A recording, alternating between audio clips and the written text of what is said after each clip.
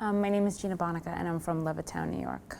And I guess that if I was to talk about a moment where being part of the LGBT community really affected me, it was this really exciting time in my life. And my sister had just gotten engaged about 6 months before then. And I'd been with my partner for about 2.5, 3 years now.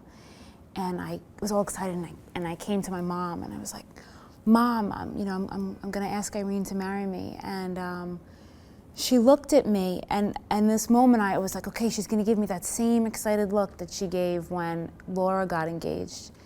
And she looked at me with this helplessness, and I remember seeing in her face, it was like this, she took like a deep breath and she said, okay, we're gonna deal with this. I felt like I got the wind knocked out of me. I came to my mom to tell her about this really exciting moment in my life where I realized that I found the person that I wanted to spend the rest of my life with. It was in that moment that I realized that the people that are closest to me, and even people that I don't know, will always look at what I have as less than. So that I would never be married, I would be like married. And I would never have a marriage, I would have something like a marriage. And that's just not good enough. I had a friend of mine last year, she was dying from breast cancer.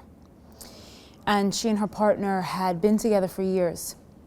And there was this panic moment that my friend Denise called me. She was in the hospital dying. She said to me, Gina, I don't have a will, and I don't have any protection for Marisol, and I need you to help me.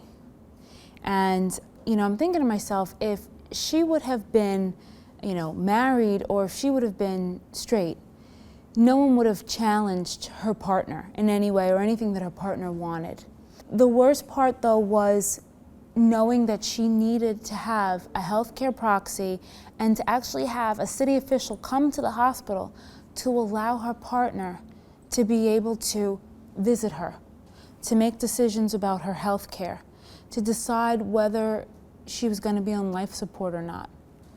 And the idea that I'm watching my friends deal with the last moment of her life, the last moments of her life. And in the back of her mind, she's worried about what's going to happen to her partner and how the hospital is going to respect her partner and how the family is going to respect her partner. And I remember that after she passed away, going to the funeral home and having to do the death certificate and asking who's going to give the funeral home the information. They, of course, looked to the mother. And I, of course, was like, no, we're going to look right here to her partner.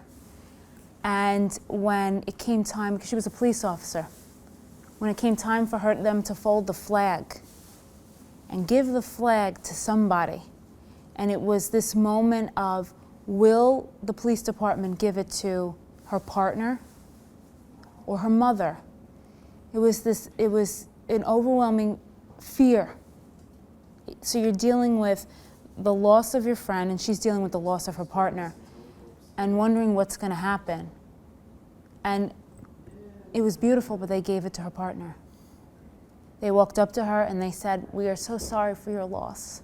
And they gave it to her partner. And it was this moment where I felt as though, thank God that somebody recognized that that we have a community that is just as equal and just as able to have the same rights as somebody else.